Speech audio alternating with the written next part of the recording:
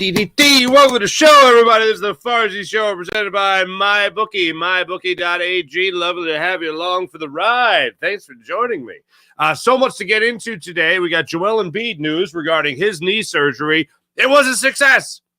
I did laugh. I laughed when the alert came up saying that he did have the surgery and that it was a success because I'm happy that the surgery itself went as planned.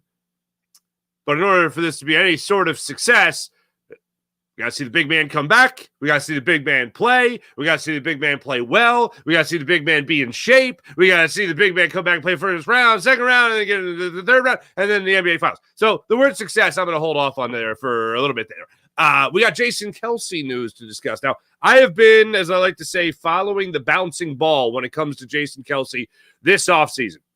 When it comes to whether or not he is going to retire, I have gone from, he's 100% going to retire when we saw the news come out there from Adam Schefter, or we have seen the news come out about how it's not quite yet. Not quite yet is Jason Kelce going to retire.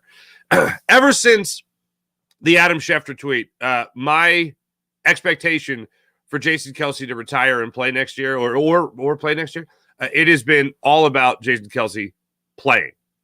There was the one story from Olivia Reiner where she caught up with Jason Kelce in Baltimore after his brother Travis won the playoff game there against the Ravens in Baltimore. He said he'd actually seen himself sitting somewhere in the Eagles front office, maybe the coaching staff. I don't know, just being a part of the Eagle action. I joked that he would even be a beer salesman at Lincoln Financial Field, just to be there and feel the atmosphere. Maybe he sells a beer and chugs a beer with you. Maybe that's how he would do it. I don't know. But when it comes to Jason Kelce, I keep on thinking that this guy is coming back for one more year. I doubt he would push it for another. But now I have gone from 100% sure he's going to retire to about maybe 55% sure that he is not going to retire. We'll talk about the evidence that is mounting when it comes to a possible return of Jason Kelce, which I am 1,000% for. 1,000% for. When it comes to the money, Howie Roseman will figure it out. I have no doubt about that. We'll also get into, this was crazy. Asante Samuel did an interview yesterday. Old Eagles, well, I shouldn't say old, but former Eagles cornerback and big playmaker Asante Samuel had some very strong words for Andy Reid and Donovan McNabb. What is hilarious about the words is that he said everything but worm burner. He described worm burner, as we have talked about many times before as Eagles media or Eagles fans, many times over the years about what Donovan McNabb struggled so much with throughout his career. Those little short passes, those touch passes, man, it's easy, man. And then right into the dirt. Asante Samuel talked about that during an interview. We will get into that. And it feels like almost an annual thing now. For a guy that is the winningest quarterback ever in Eagles history, a guy that I know only played in one Super Bowl, but still that's pretty damn good. 5 NFC championship games, only winning one. Yeah. For a guy like that, he has been vilified. And some say rightfully so because he never won the big one, and you should have at least had more opportunities to win the big one in terms of playing in more Super Bowls during his time here in Philadelphia. But it is a weird thing to follow the career of Donovan McNabb here in Philadelphia. And here we are, so many years removed from it, where it seems like every single year it's like, all right, it's time to rip McNabb. And some of it's valid, and some of them are just, well, disgruntled, whether they be former teammates or fans or whoever. So we'll get into that conversation today about how you remember Donovan McNabb, because Asante Samuel brought it up, and I thought, this is one of those topics that seems to come up every single year around this time when people start talking. Now, this wasn't at Radio Row, the interview with Asante Samuel, but that's when T.O. will work the media circuit. Former teammates might work the media circuit, and a thing or two might leak out. Or they do another interview off the field, or not off the field, but they do another interview away from the Super Bowl where it's like, oh, yeah, let's dredge this up again about what could have been. You would think that actually winning a Super Bowl in Philadelphia might put that in the rearview mirror even further than it should be. Not the case. So we'll get into that. We'll also we'll get in a little bit into those Philadelphia Flyers and the NBA trade deadline, by the way, because what is wild about those Flyers? They come back last night, they win, snap a 5-game losing streak, and John Tortorella very pleased with his team's effort. We'll get into that coming up in a little bit, but one thing I do want to have a little public service announcement here.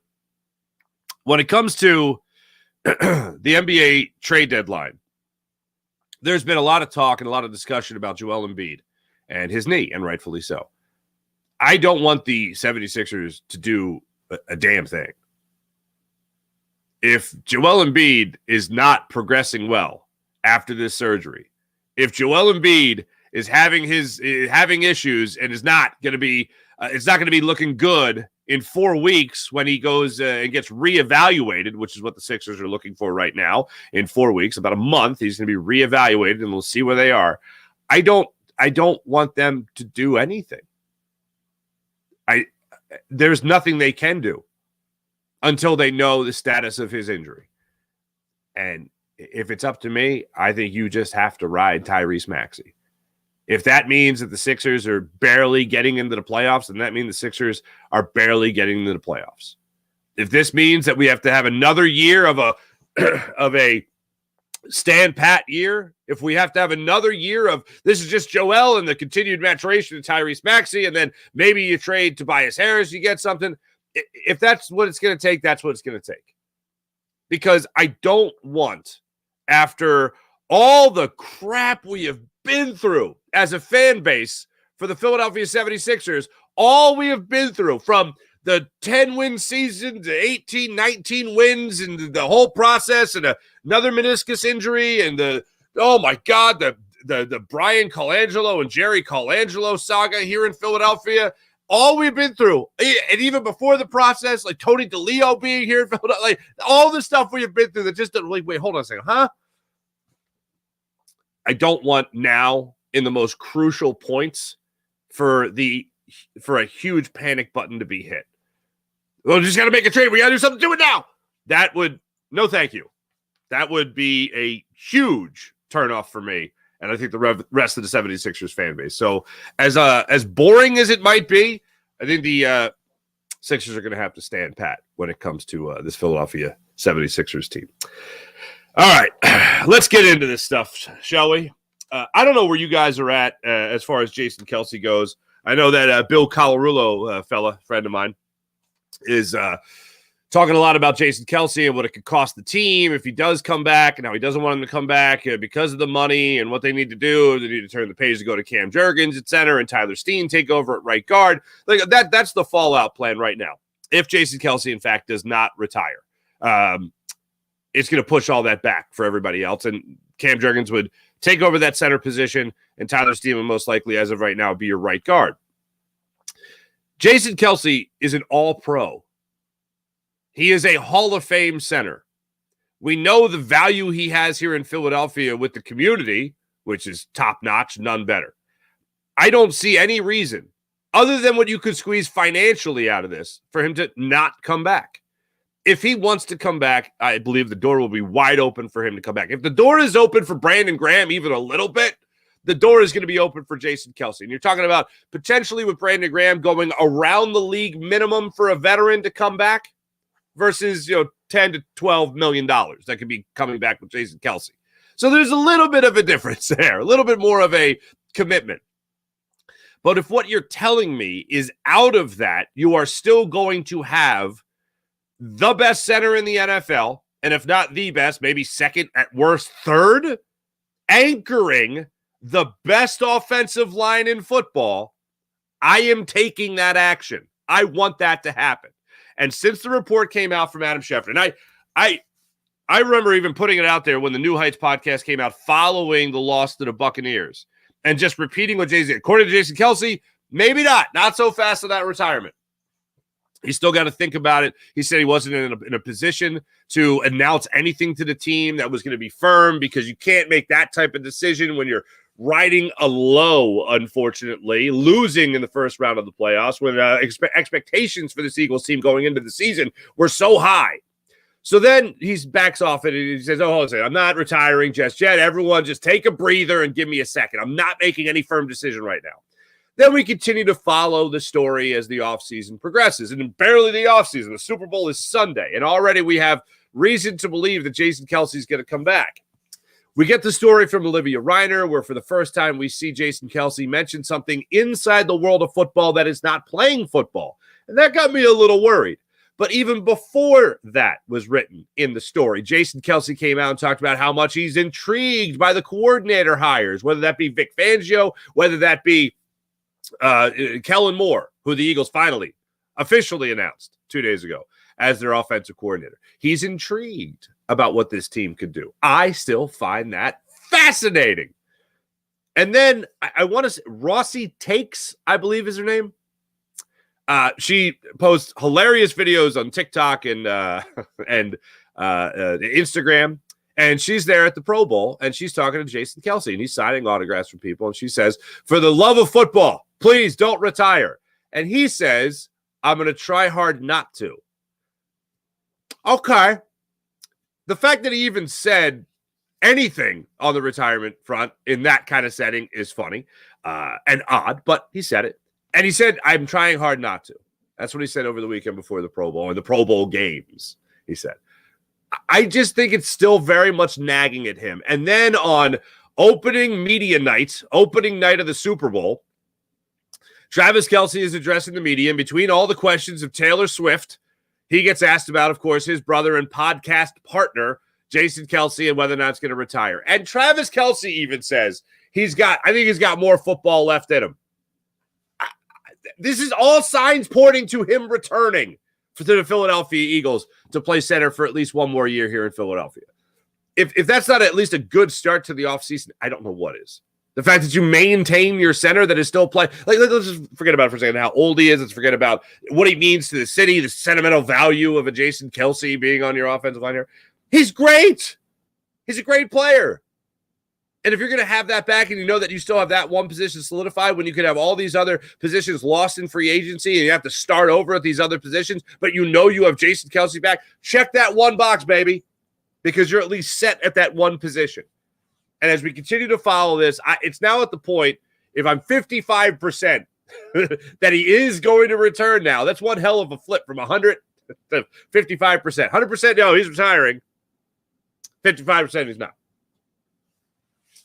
I think that's only going to grow as the offseason goes on.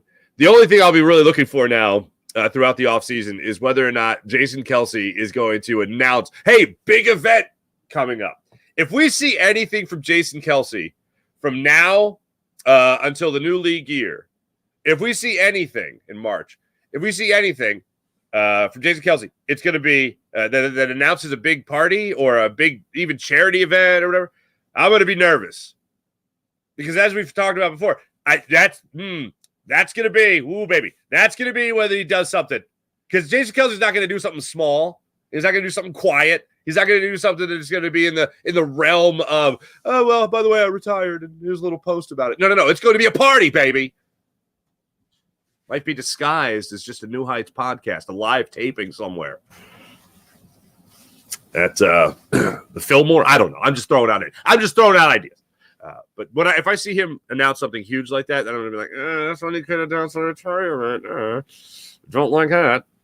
But anyway, that's the bouncing ball when it comes to Jason Kelce and whether or not he's going to retire, and that's where I'm at with him. By the way, I had mentioned a couple times Vic Fangio, and I told you guys about watching Hard Knocks.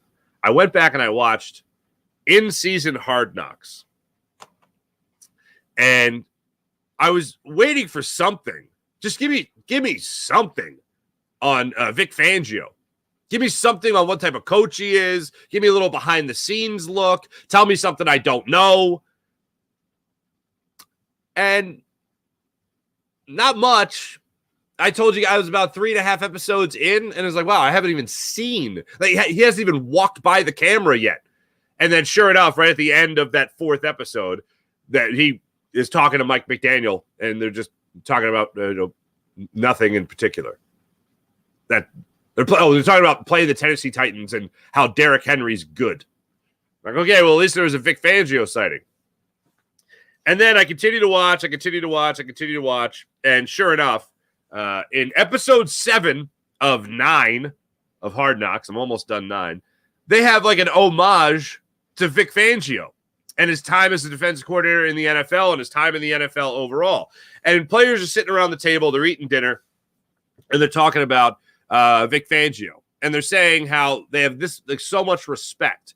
And what was really interesting, it really did echo the same sentiment as Justin Simmons of the Denver Broncos, Patrick Surtain of the Denver Broncos, when they were reflecting on their time with Vic Fangio. Found it very interesting that what they really got into was how it takes a long time for you to understand the concepts, the scheme, and what your responsibilities are.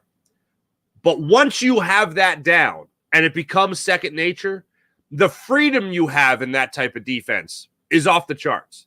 And they applauded Vic Fangio and acknowledged the idea that other teams, like he developed a system, a defensive scheme that now other teams run. We know it all too well here in Philadelphia, having gone through Jonathan Gannon and going through Sean Desai. And obviously it's what you want to see if you're Nick Sirianni. That's the type of defense that you want to see. The quarters defense, not a lot of blitzing, not going after the quarterback, but somehow magically the Miami Dolphins are coming off a season, even with losing Bradley Chubb in the final game or the second to last game of the season. They're coming off a season where they set an all-time Miami Dolphins all-time sack record for sacks in a season as a franchise. The Eagles running a similar scheme under Jonathan Gannon, we all know 70 sacks. If that doesn't let them know, if people always talk about, the blitz, you got to blitz, you got to let the quarterback know you're coming. I think if you got 70 sacks on the season, I think the quarterback's aware that you could be in the backfield at any second. So that clock is ticking, baby. It's ticking. Now, there are instances where you do want to dial up that blitz, and few and far between, we saw that from Jonathan Gannon. Few and far between, maybe it's slightly more, we saw it under Sean Desai. I have a feeling you're going to see it even less with Vic Fangio.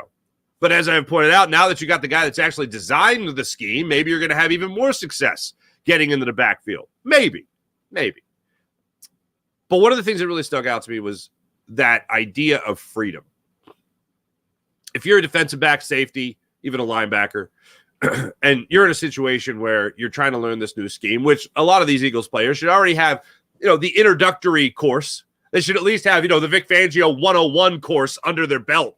And maybe they'll be able to get to that point of freedom faster than maybe some other teams got to it, having not played necessarily in a Vic Fangio defense before. But listening to these players talk about that freedom, I think that's going to appeal greatly to a guy like Darius Slay. I think that it'll appeal greatly to even the younger guys like Keely Ringo, for instance, going into his second year. Maybe Reid Blankenship will, having a couple of years under his belt already in a similar scheme, will have that freedom as well. And maybe you get a guy like Nakobe Dean healthy, and I'm not predicting Pro Bowls or anything, but having 2 years under his belt already of a similar scheme will also help him have that freedom. Now, does that mean there will be freedom to be more aggressive? Remains to be seen, but it absolutely could. If you have years like you just had in Miami with some players that they just had, you could have some very good years here in Philadelphia with the arsenal that you do have here. Maybe this is what you need to see from a guy like Jordan Davis or Jalen Carter on the defensive line to be able to get in that backfield with more consistency. If you have your corners back or you have your safeties back playing in those quarter formations, that to me would be something interesting and worth seeing. That's why I am very open-minded and quite frankly optimistic about Vic Fangio taking over this defense. And although, this is another thing, although you read the stories coming out of Miami surrounding Vic Fangio about his former players, that he was too hard-nosed, all that stuff, all that was acknowledged in this little vignette they did on in-season Hard Knocks about how, he's a hard-nosed coach, he's a tough coach, but kind of once you get past a certain point with him, it's all good. Once you build that relationship, once you build that trust, once you learn the system, once you understand he's trying to get the best out of you, that's where you take it to another level. And that, to me, is what I need to see from this Philadelphia Eagles defense. They need personnel. No doubt about it. They need to upgrade the personnel. But with that, and having the originator of the scheme they've been trying to run over the last couple of years, I think between Howie Roseman, Vic Fangio, the Fangio staff that's being hired around him, I think that this Eagles defense is going to be set up for success going into next year. And that's what I'm looking forward to. Look, I know there's going to be games where we're yelling and screaming about, quarters and a passive-aggressive defense, not even aggressive, passive defense, waiting for the other team to make the mistake. There are going to be points, certainly, that we are going to be very frustrated, especially when that four-man front is not getting into the backfield. And you're not seeing blitzes with great regularity. And you may be seeing Asante Reddick, good Lord willing, he's still here, drop back into coverage. Not as many times as maybe Matt Patricia thought, but enough times to make you go, that needs to stop. Can that stop? I need that to stop as soon as humanly possible.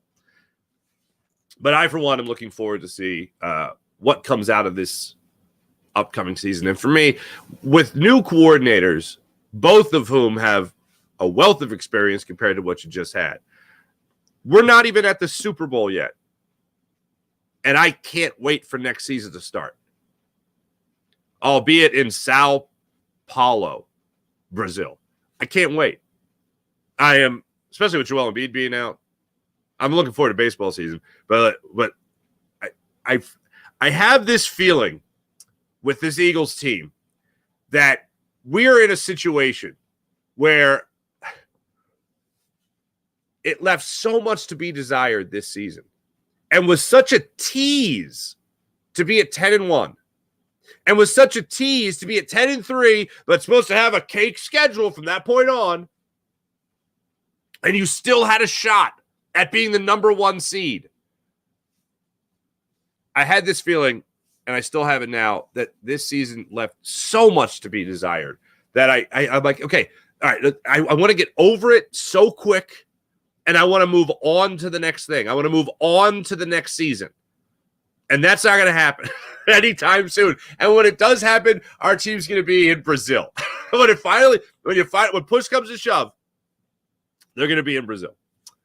Speaking of which, 6ABC did a wonderful report on flights to Sao Paulo. Right now in Philadelphia, there are no direct flights. And some connections have it taking up to 16 hours. So 6ABC scurried on over to the Philadelphia International Airport. And they said, hey, what's the deal with these flights? Are we going to get any flights that are direct to Sao Paulo for that game? And PHL said that they have to talk to the airlines. They can make suggestions and make them aware or be sure that they are aware of big events happening for Philadelphia in other areas where it might be helpful and profitable to throw in some direct flights from PHL to Sao Paulo. And if I'm saying that wrong, please correct me. And the airlines can do it. It's up to them as to whether or not they actually want to do it. Having said what I said yesterday about this, I do hate the idea of the Eagles losing a home game. I hate it. I don't like it one bit. I don't care about adding games. And now this game was meant to be shared about going elsewhere every once in a while. And it's simply the Eagles' turn to go elsewhere. I don't like it. I don't like the Philadelphia fans missing out on anything after the support they've shown this team over the years. I hate it. So a couple people hit me up on social media, and they're like, one guy was so sarcastic. He was like, I know, it's so sad that Philadelphia is losing one game, capital letters, one game, when fans here in Brazil, and I'm like, what? Hold on, fans here, you're from Brazil? Go on. And then I see multiple outlets reporting that there is supposedly a huge Eagles fan base. This gentleman that hit me up said thousands of Brazilian Eagle fans. I want to have you on the show. I would love to talk to you. I would love to know. Look, hey, we spanned the globe on the Farzy show. We've talked to Great Britain. All right, we've talked to Italy one time, right? We spanned the globe, baby. We had people from my man Mullet Alvarado, who sometimes appears in our chat. Okinawa, ladies and gentlemen. We spanned the globe. I checked the stats of the show. Serbia. I was huge in Serbia. I think it was because I was ripping Nikola Jokic. And the Serbians were like, you can't even pronounce his name. I'm like, now I can. Nikola Jokic. That's fun. So we span the globe. So anyone in Brazil, love to talk to you. Love to talk to you about how much you're looking forward to this. And I'd love to talk to you about what the fan base is for the Philadelphia Eagles. And I think the what do you call it? The NFL was talking about millions. I was like, millions. Damn, son. Millions of Eagles fans in South America? All right. Let's go. I don't know any transplants. I don't know anyone who's like, yeah, I gotta move to South America. I got some friends that moved to Nicaragua. Anyway, look forward to finding out all this stuff in the not too distant future here surrounding that Eagles game. Serious question. Who is Donovan McNabb to you? It's like a self-help question. All right. My takeaway from the McNabb era is, I think, overall, generally speaking, what could have been. And one of the things that I always found interesting was I was at Donovan's first game in Washington. And I remember walking around the field. I got to catch up with some people that I knew from the Philly area that were with the Eagles and associated with Donovan McNabb.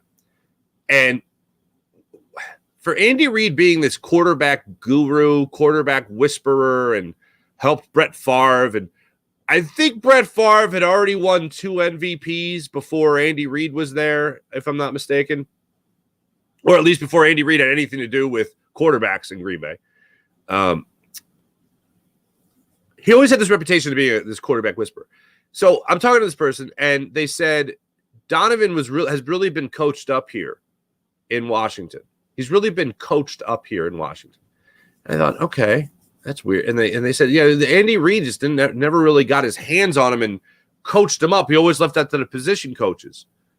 And I was like, that's baffling. I'm just telling you what they told me. Your choice to believe it or not.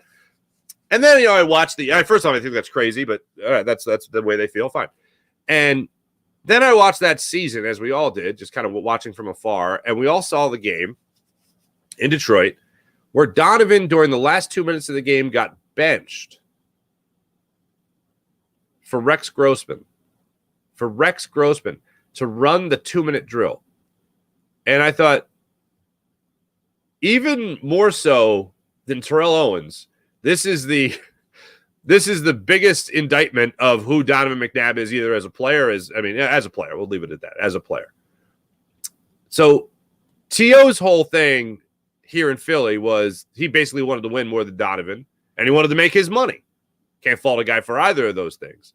And the big turnaround, for me at least, as a Donovan McNabb fan, came in that T.O. Run.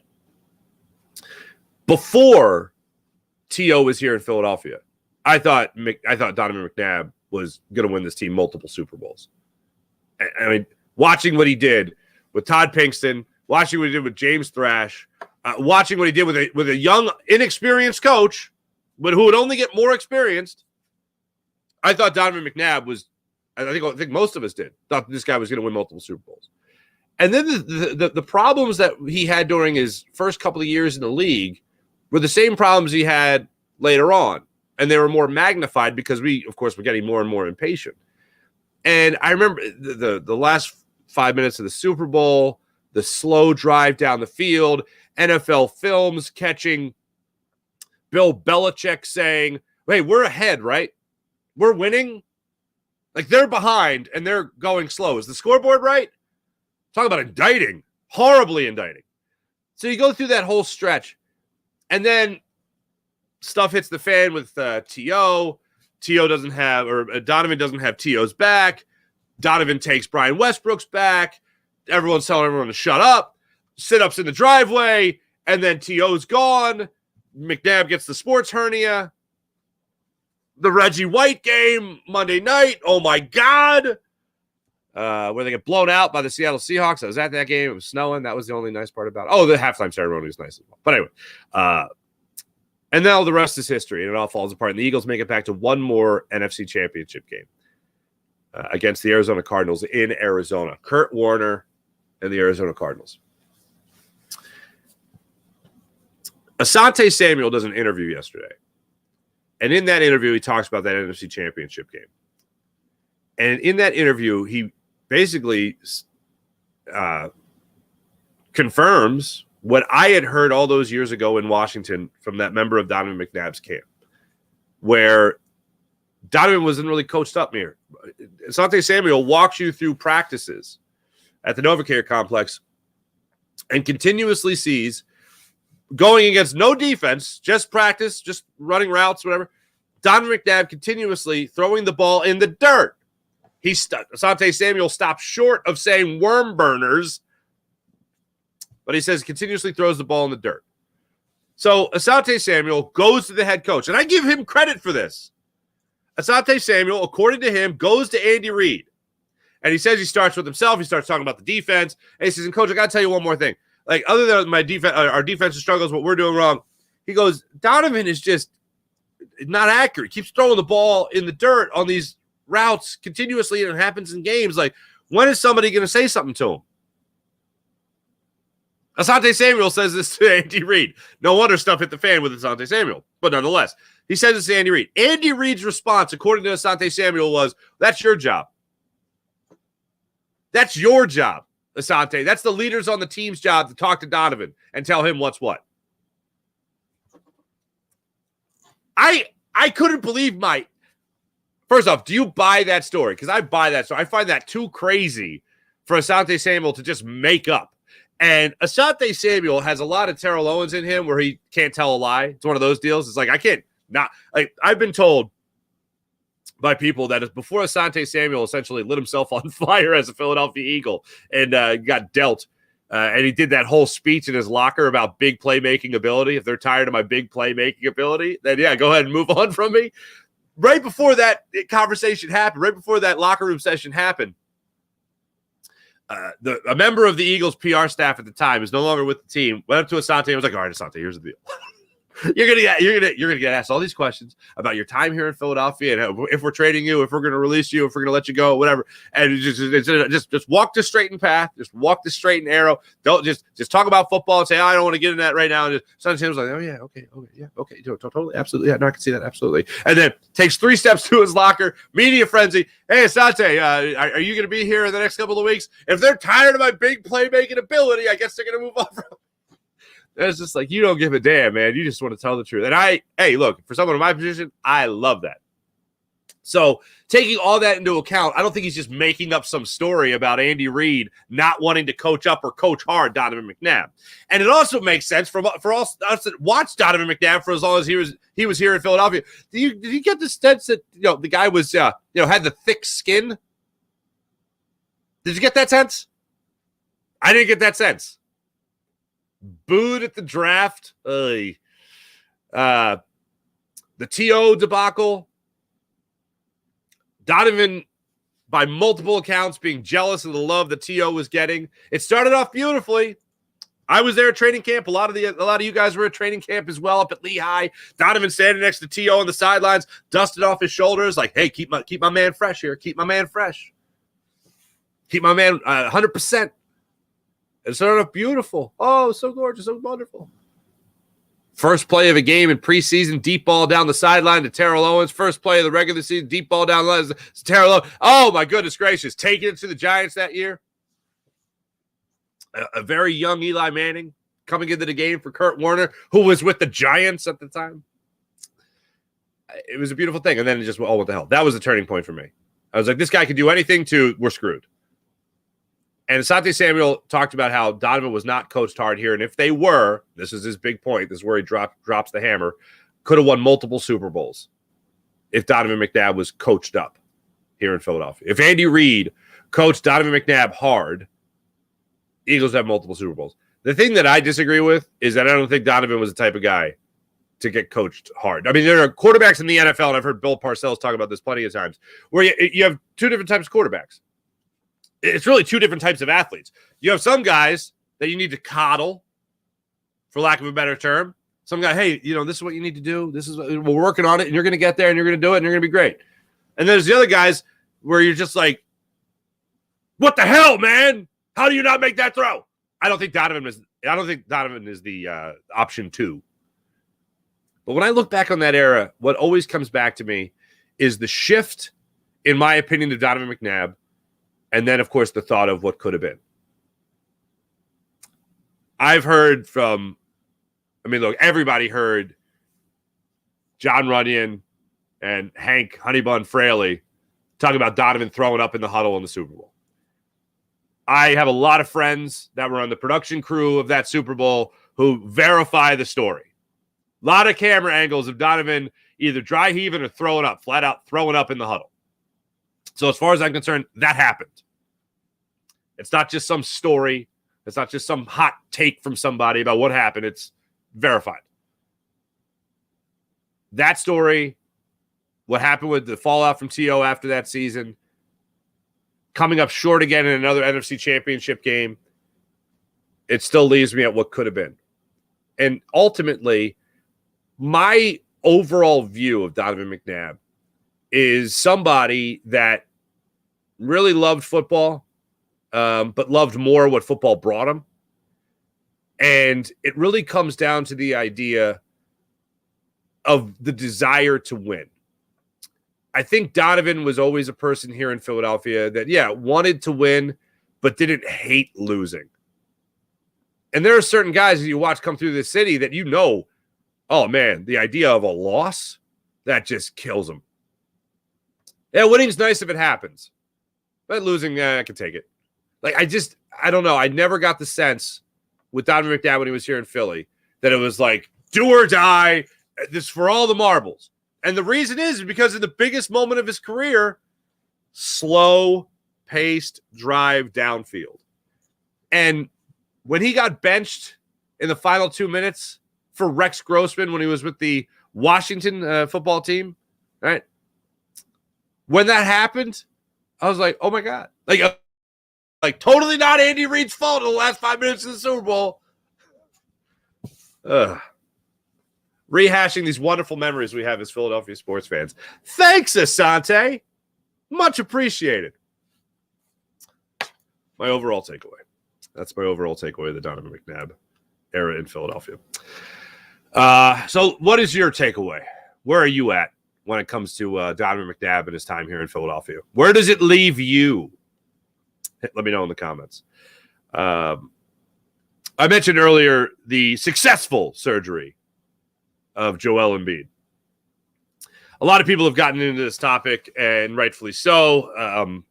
The Sixers just look terrible. They look like a team that needs to find their way and find their way quickly without Joel Embiid in the lineup. You can easily make the case that he is helping his case more than ever to be the MVP at the way the Sixers have played without him. 4-9, 4-10 without him in the lineup this year. And I know everyone's looking at Tyrese Maxey now. He's the next guy to step up. Earlier in the week, I was doing a TV hit with my friends over at CBS 3, and they said, who's the guy? I don't know. Well, obviously, it's Tyrese Maxey. His numbers are going to go up. His production is going to go up. You need to see other guys be able to fill that void as well. It can't just be Tyrese Maxey. Kelly Oubre needs to start knocking down those threes. Tobias Harris needs to step up his game. Nicholas Batum, Nico Batum needs to come back and start knocking down threes. You need those guys too. It can't just be Tyrese Maxey. As much as I love Tyrese Maxey, this was supposed to be the year he solidifies himself as that solid number 2 next to Joel Embiid. Well, now Joel Embiid's not here for however long, a month, 2 months, the rest of the season, including the playoffs. Who knows? We won't know at least for another 4 weeks. So this wasn't supposed to be the year Tyrese Maxey takes over. That's not supposed to be the case. That's not supposed to be how they do it. And now all of a sudden he is finding himself in that position where it's not, hey, I got to be the, and I hate this term, but I'm going to use it because it illustrates the point so well. I'm not going to be Robin. I got to be Batman now? Eee. I don't know about that. There's one thing about putting up points and all that. There's another when it comes to just winning. And that's where you can look at the stat sheet and go, all right, well, look at Tyrese. He played well. He had 30 points, whatever the case may be. Yeah, but where was assists at? Where his turnovers down? Like a 50-point game, for instance, 51-point game, no turnovers, great. All that has to be consistent, not 50 points by any means or 50-plus points, but the way to win a game, controlling the pace of the game, making sure you're owning the game by making sure that your efficiency rating is high up there, not just with you personally, but with your offense. Your defensive efficiency rating's got to stay up there, and that's going to be next to impossible with a guy like Joel Embiid not patrolling the paint, not hanging around the rim defensively. This is a lot to ask of Tyrese Maxey in a year where we were supposed to see him really step into that Rob and roll all of a sudden like that. With one tearing of a flap of the meniscus, all of a sudden Tyrese Maxey finds himself as that number one guy, as that Batman guy. And as the season is playing out, it does not look like he's ready for that role. The difference between me and the doom and gloom people is that there's time for him to get into that role. And this time might be a great thing, whether it's a month, whether it's 2 months. This time right now is great for Tyrese Maxey to keep taking those steps forward. I hope that they're, at least this is my bottom line, that Tyrese Maxey is good enough to help carry this team in the playoffs in however much time that they're playing without Joel Embiid. That Tobias Harris steps up and plays well enough that he helps get this team into the postseason. That's my goal right now for this Sixers squad. Be a playoff team. The other is just tank. Just start trading for assets. Trade Tobias Harris now. Tank. Get some picks maybe for the end of the year. Maybe you can find a team that's desperately in need of Tobias Harris. You trade him. I don't know. Another process begins. No thanks. I don't want that. I would rather continue to watch the development of Tyrese Maxey, rely a little bit more on himself in a Joel Embiid-less world than anything else. So if I have to ask the Sixers anything, it's stand pat. Another team blows your socks off, really wants to make an offer that he can't refuse, then you make that offer, you accept. Fine, do that. But as of right now, I want the Sixers to stand pat. Outside of anything crazy of, another team just, take everything we have. Yeah, no, just stand pat. If I have my druthers, I think the betting money, the smart money says just stand pat. See what you can get out of Joel Embiid for the rest of the season. See what you can get off the scrap heap. I saw one story out there about Andre Drummond potentially coming back to the Sixers. I'd do it. Open arms. The best backup center the Sixers ever had. With Joel Embiid here. Get a little more minutes for him. Less Mo Bamba. Paul Reid continues to start for you at center. Let him develop. A couple minutes off the bench from Andre Drummond, and then Paul Reid's back in. That's what I'd be eager to see. But as any blockbuster deals, oh boy, everything's on hold until we know about JoJo. Everything's on hold. One last thing before we get to our chat check and our sponsors. How much fun was this yesterday? If you caught the interview with Joe Watson, good on you. If you didn't, you might want to check it out. Flyer great Joe Watson had a lot of fun with him. And speaking of the Flyers were able to come back and snap their 5-game losing streak. They're back from the break, the All-Star break. Travis Konecny gets you on the board. Flyers show a little scrappiness. They get a 2-1 win last night. Love to see it over the Florida Panthers, and a little chippiness as well. Courtesy here of our friends over at NBC Sports Philadelphia. John Tortorella asked about the fire he saw from his team coming back for the break. Game losing streak going into the break, first game out of the break, playing a very good Panthers team. Does it say a lot about your team right now, where they're at? I don't know what it says about. I'm just glad we won. I think for our athletes, we need to get some sort of swagger back and some confidence, and they should feel really good about it. Like I went in there after the second period, and I said, I did. I said, you shitting me? I said that's how we play. I said, do you understand how good we can be when we play that way? And hopefully they gain some confidence and just be consistent. The key for us is to try in games, within the game, and then game to game is to sustain our personality. There you go. Sustain that personality, John Tortorella. Annoyed at the question. Just happy we won. All right, good. Congratulations to getting off that schneid, so to speak. Flyers, nice win for themselves last night. Beautiful first goal there by Travis Konecny. Absolutely love seeing that from your all-star in TK. Let me tell you right now about the great people at MyBookie. MyBookie.ag. And you download the app, you can use promo code Farzy, and you get up to $1,000 redeemable cash bonus at MyBookie. MyBookie.ag. So take advantage of all they're offering at MyBookie.ag. If you want to bet on the world of hockey, you want to bet on the world of football, World of baseball coming up just around the corner. Take care of all of it. Oh, and the NBA. MyBookie, mybookie.ag. Don't want to bet on sports? Maybe you could bet on your favorite TV shows, huh?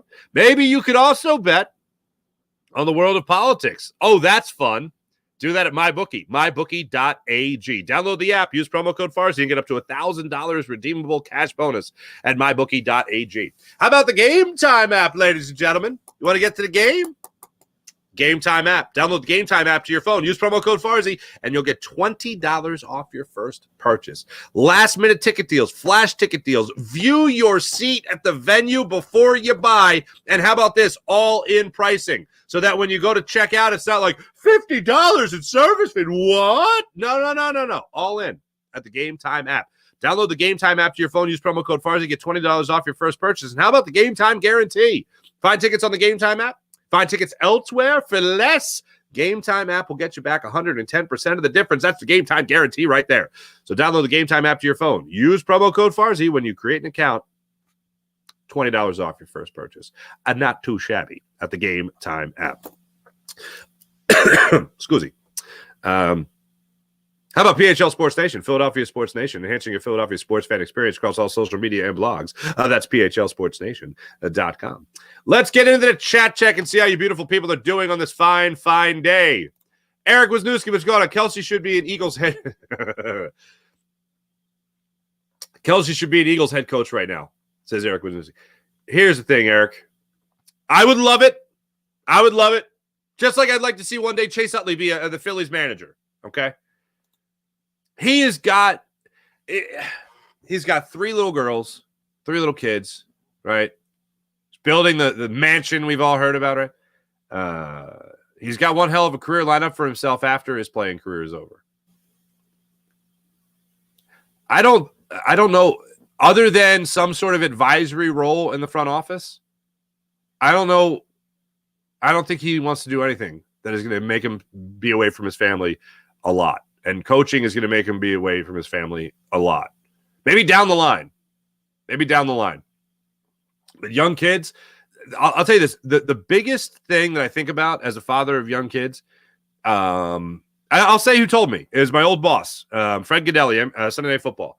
We were going back and forth once, and my wife was pregnant, and we were literally just about to have a kid, and he just said, "Don't blink." And a couple other people have told me that since, but they're grown. It's just boom, they grow up that fast. Like 4 years with my daughter, almost 5 this summer. It just flies by, man. If you're a parent at all, young kids, older kids, whatever, it just flies by. That, and someone said, never say can't wait. My cousin John said, can't wait. Don't ever say I can't wait, because you can wait. You can wait plenty. And I can't imagine a guy like Jason Kelce being away from his family more than he has to be when he has so many other opportunities that allow him to stay closer to his family.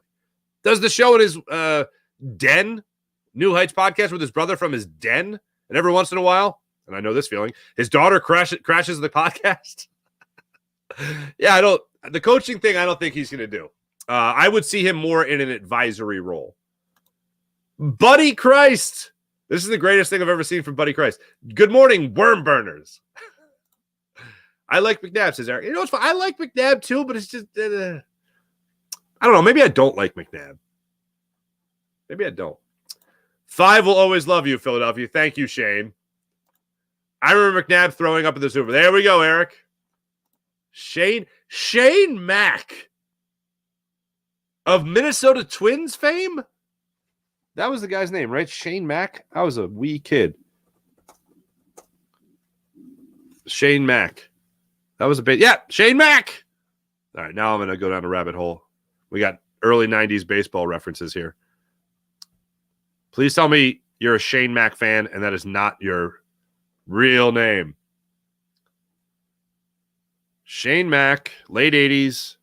Oh, he played all the way to 1998. Look at that. Member of that Minnesota Twins World Series team that beat the Braves. Yep. Good times. Some of my earliest baseball memories. Just before the Phillies, of course. Went to the World Series in 93 with that Twins team. Shane Mack. We should trade for Zion. It could be a Simmons 2.0. Some of the stuff I've heard is unreal. I don't want any part of that. Like, here's the deal. I don't want any drama. What's up, poker face? Really? He didn't mention Ben Simmons. Do I need to? We just went through that. Do I need to hearken back to all of it? Yes, that is part of the BS as well. Jimmy Butler and not having him stay here in Philadelphia. All that, all the BS we've been through, including Ben Simmons. Now I got to mention Markelle Fultz. Like, that, damn it, man. So I mentioned the burner accounts, okay? And now I'm down this rabbit hole. So, they do all the tanking to get number 1 overall picks. They get 2 number 1 overall picks. And what do they hear? A combined 7 years? Ben Simmons and Markelle Fultz? And what, 4 jump shots? Oh, man. Now that's a horrific rabbit hole to go in. Markelle Fultz and Ben Simmons. This is, oh, God. Now, see, this is why I mentioned one guy like that. Actually, in retrospect, I like Markelle Fultz now. Ben Simmons, not so much. But Markelle Fultz, yeah, don't like it. Or Markelle Fultz, I'm fine with. Markelle Fultz has had the fans back. Markelle Fultz announced for what podcast was he on? About how, like, Philly had him. Like, oh, he's like, I love Philly. Like, Philly's great. Like, Philly cheered me just for attempting a 3. Like, they wanted me to do well. And I'm like, yeah, man, we want our players to do well. When we're not booing you, when we're silent, we're like tough coaches, man. When we're not talking to you, when we're not booing you, that's a problem. That means we've given up on you. I have to, this will be a short. This will take 2 seconds here. Okay. Let me try to get in a 3-point era. Okay, that's more than I would have thought. 11, 17, 20, 21, 27. Okay, so let's call it, 34. 34 threes attempted by Ben Simmons. And now these aren't legit threes attempted. All right, because some of these are like half-court shots. All right, the buzzer at the end of the period, whatever, end of the quarter. All right, Markelle Fultz. This is going to make me hate my life. Markelle Fultz. This is live research, ladies and gentlemen. But now I'm in this rabbit hole. This is where I am in life. I can't do this. Oh, good. 2 years here in Philadelphia. Markelle Fultz and the 3. Dude! 15? Good God. Bottom line, the biggest number here is 2 years, not even, Markelle Fultz in Philadelphia. Ben Simmons, 4 years playing in Philadelphia. 1, 2, 3, 4. Yeah, 4 years playing in Philadelphia. His rookie year, obviously, he sat out. So 6 seasons from 2 number 1 overall picks. Throw in some burner accounts. Throw in some meniscus tears with your big man. Throw in a hell of a lot of second-round exits. Throw in Brett Brown, Doc Rivers, Nick Nurse. 10 win seasons. Thank you, Poker Face. Sean Kilray, what's going on? Joel is one of the greatest Sixers of all time. Absolutely. I agree, Shane Mack. Good morning. Hey, good morning, Kevin. How you doing? Shane Mack's all over the place today. What's up, Shane? I say run it back with the O-line. Kelce will play for pennies on the dollar if he wants another ring. Yeah, maybe. April. Morning, April. Somebody said both brothers retire if Travis wins this one. Possible? Kelce is just living the life right now. You could tell he really didn't want to make a decision. April, I agree. Which makes me believe that he's gonna play again. It's another reason to think he's gonna play again. Twiz, what's going on? Sean Kilrain. Travis said, I think so. I don't know. I'm not a betting man, but I think he's got some football left in him. What are the odds? I don't even know. I'm going to leave it up to him.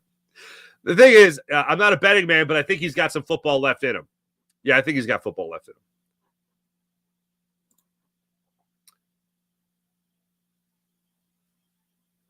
Sean Killer, okay, the bitter taste in his mouth with the loss to Tampa, I absolutely agree. And I think Adam Schefter putting the story out there pissed him off. And that's not just a hunch. I've talked to one or two people that are like, he did not like that. So it's at least on his radar. I mean, it should be obvious that it's on his radar. I think that would piss off anybody that's had the career that Jason Kelce has had.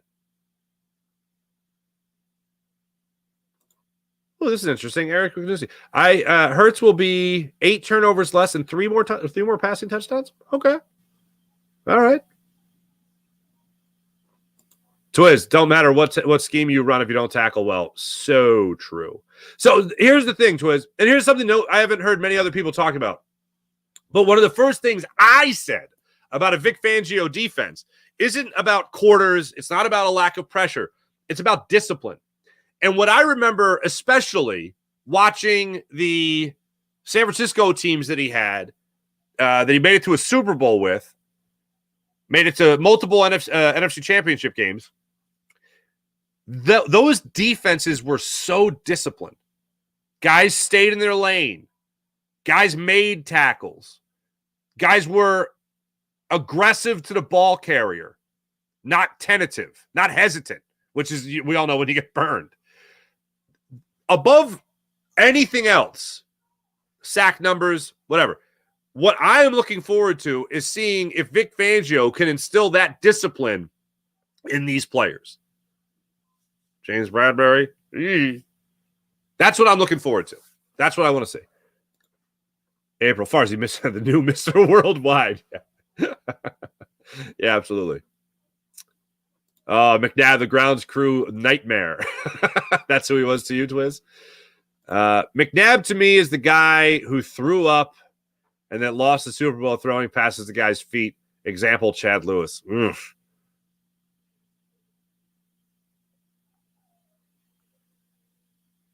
Through the season, yeah. I don't think Chad Lewis played. Chad Lewis, I don't think, played in that Super Bowl. Was that Tomlinson? Then Mike Tomlinson, who was, I believe, on a construction truck when he got a call like, "Hey, we need you for the Super Bowl." Because I think Chad Lewis blew out his foot. Maybe I'm mistaken. Is that another season? Well, hey, look. While I'm in the mood of researching, because now that'll bother me. Chad Lewis, by the way, one of the nicest human beings you could ever meet ever in life. For the record. 2004.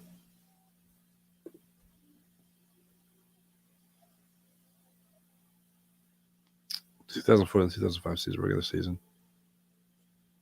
Yeah, he didn't play. Wait, hold on. Boop up. Yeah, Atlanta. Yeah. But yeah, you're right in terms of plenty of worm burners to Chad Lewis over the years. April, example. He played well until it counted. Sean and April agree on that. Oh, how much fun was that? Sean Kilran, I was at the training camp when T.O. was in the all-black spandex suit, and that day was hot as hell. If you remember, Andy Reid said, no more spandex, T.O. And T.O. said, okay, well, how about if I break the single-season receiving touchdown record? Can I wear spandex then? And Andy Reid said, if you break the single-season touchdown record, I'll wear spandex. And I think he came up just one touchdown shy. I think it's 13 touchdowns that season. I'm not going to continue to look things up, but I think it was 13. And Babs, what's up, Babs? Good morning, Farzi. I hope Hurts will allow himself to be coached hard. Otherwise, we're looking at McNabb or Wentz situation. Fingers crossed. I believe the stories, and I believe Jalen Hurts and Nick Sirianni when they talk about wanting to coach Hurts hard. That's why I have more confidence in Jalen Hurts than I do Carson Wentz. That's why I don't look at this as – I know a lot of people are already comparing it, and there are obvious things you can compare to the Wentz situation, but I ain't there yet. I don't like the fact that the Eagles are talking to multiple quarterbacks coming out of the Super Bowl, or coming out of the Senior Bowl, but I don't have him in the same category. Hopefully won't ever have him in the same category as Carson Wentz. The Bull RJ, what's going on? Sixers, the only team that hides news from fans. They usually say the most vague words to describe injuries. This is the most vague they have ever been. Like, if you remember, Brian Colangelo said he did not have a torn meniscus. Then he played in the Houston game. And then Derek Bodner broke the story that, in fact, the meniscus was torn. Then Brian Colangelo came out and said, all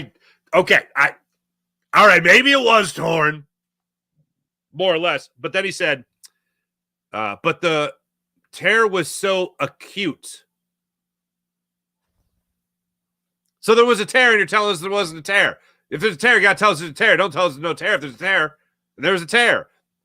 Embiid out the rest of the season. Embiid cost the Rookie of the Year. Played 27 games. But yes, they do not describe injuries well. This is the most vague while not lying they've ever been. This has been happening for 10 years, bro. Yeah, it's been a while. And this is why people are hesitant to buy in. Well, yeah, you keep getting bounced out of the second round of the playoffs after all this crap. Then yes, people are hella hesitant to buy in. That's the first time I ever used the term hella on the show. I will issue a formal apology on social media. Love Tyrese, but he's developing into a 2 or 3 option and an absolute best. Tank the process, grab a superstar, and build around Embiid. Only hope the ship, in our buddy's humble opinion. Only hope. Of a chip. In our buddy's humble opinion. I don't think he's developing into a 3. I think he's definitely a 2. And look, I am eager to watch the next month of the season and watch this as Tyrese Maxey's team. That's what I'm looking forward to. Sean Kilrain, hello again. 76ers should have did what OKC did. Oh, man. How about what Boston did? Like, here's the thing. There are other teams that were bad and now are better. Boston is the one that absolutely sticks in the crawl more than anything. Sean Kilrain, great interview about him not knowing Flyers took him and that whole story. Oh, that's awesome. Thank you, Sean. Glad you enjoyed the interview. TK is awesome. I concur. February 7th, 1964. Beatlemania arrives in the U.S. this day in history. Thanks for the content, Farzi. Bench that bar and drink that espresso. Thank you, Buddy Christ. Much appreciated.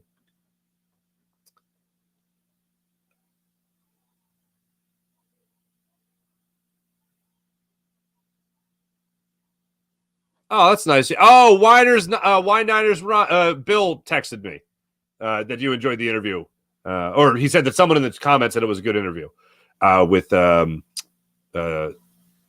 Joe Watson yesterday. Must have been you. You're very kind. Thank you. Oh boy, April just turned. Your daughter just turned 14. Yikes! No thanks.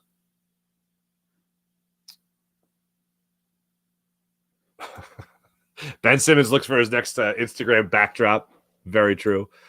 I recall Donovan bringing the Eagles back and taking the lead late versus Arizona and Asante Samuel. The defense folding late versus Kurt Warner. Love Asante Samuel, but that's back. King Pooty TV, great point. That's a great point. And I remember Donovan pointing that out, too, if you remember. When he was on Radio Row for the Super Bowl that year. When the offense left the field, we were in the lead. In other words, the defense sucked. That's the ticket. And they did. They got carved up. Kurt Warner did the proverbial pick you apart, moved the ball downfield against the Jim Johnson blitzes. And that was that. That was a wrap, ladies and gentlemen. That was a wrap. But yeah, Asante didn't mention that. He mentioned in that NFC Championship game that Donovan missed Deshaun Jackson wide open down the field for the deep ball multiple times in the game. He mentioned 3. 3 don't stick out to me, but that's what he remembers. 3, what's up, man? How's your Portuguese, Farzi? Terrible, non-existent. Billy Bob Joe. The process has been a failure for sure, thanks to the Colangelo squandering all the assets, still more exciting than previous decades of middling success. Yeah, I can agree with that. It was Jeff Tomlinson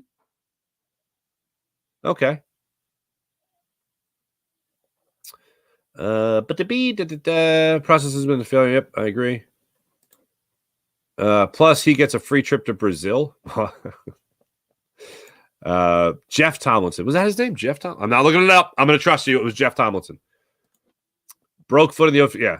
Oh, Sean Gillespie. Good morning. St. Nick Foles is always better than McNabb. Tio almost did it, but got injured. Yep. Divine interference. So we didn't see Andy Reid in black tights. Knicks do the same. Sixers are a bunch of... Yeah, about the Colangelo point. It's not just the Colangelo. Here's what really pisses me off. Sam Hinkie essentially gets you all these chips at the casino. Okay? And then he's about to, what you hope, cash in the chips and build a long-term winner. Long-term championship winner. Right? He's about to cash him in, and then Adam Silver goes, give me those chips. And he hands them to a semi-retired Jerry Colangelo, who's like, okay, I don't know what I'm going to do with these, but I'll do something. Oh, I know. I'll get, who is it, Ish Smith? I'll get Ish Smith back. That's what I'll do. That's the ticket. Then Ish Smith comes back. And then Jerry Colangelo hands it over to Brian Colangelo. And then Brian Colangelo, dumpster fire. Okay? Then Brian Colangelo, burner account, all that stuff. Brett Brown has final say over a draft in which they miss out on McCall. They have McCall Bridges. They traded him. And they go Zaire Smith. And they go Zaire. Unfortunate, horrible things happen there. And then Elton Brand gets it. Gets Jimmy Butler. Gets Tobias Harris. Losing Game 7 of the quadruple doink.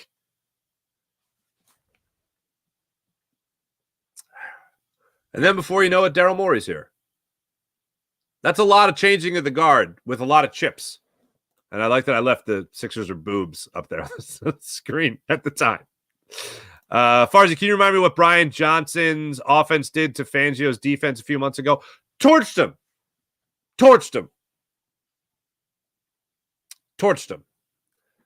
King Pewter TV, thumbs up. What's up? 3, what's going on? Andy would have been a walking black hole in this. That's fun. We're all having fun here. We're all having ourselves a good time. Let's get to our morning rush brought to you by Sky Motorcars. SkyMotorcars.com. Tyrese Maxey and the Philadelphia 76ers now at 30-19 on the season. They're going to be... What the hell is going on here? Why is this jumping around like crazy? Yeah, tonight, Golden State Warriors, 7:30, South Philadelphia, as they continue this homestand. Sixers are in a bit of a rut, to say the absolute least. So, yeah. All right, so that's 7:30 tonight. Flyers, after breaking their 5-game skid last night, Flyers are going to be back on the ice tomorrow night against the Jets for a 7 o'clock puck drop in South Philadelphia against Winnipeg. Hopefully they bring that chippiness back in. Thanks for watching. Thanks for listening. You guys are wonderful as per usual. Make sure you guys smash the like button and subscribe to Jacob Media as well as Farzi Show YouTube channel as well. Have a great rest of your day, everybody. My name is Mark Farzetta. This is the Farzi Show presented by MyBookie, mybookie.ag. Catch you guys tomorrow. Oh, tomorrow on the program, former Eagles tight end. We're going to the Super Bowl. Former Eagles tight end, member of Inside the Birds Empire, CBS Chicago, Clay Harbor will join the program to break it all down for us and more. We'll see you guys tomorrow. Bye.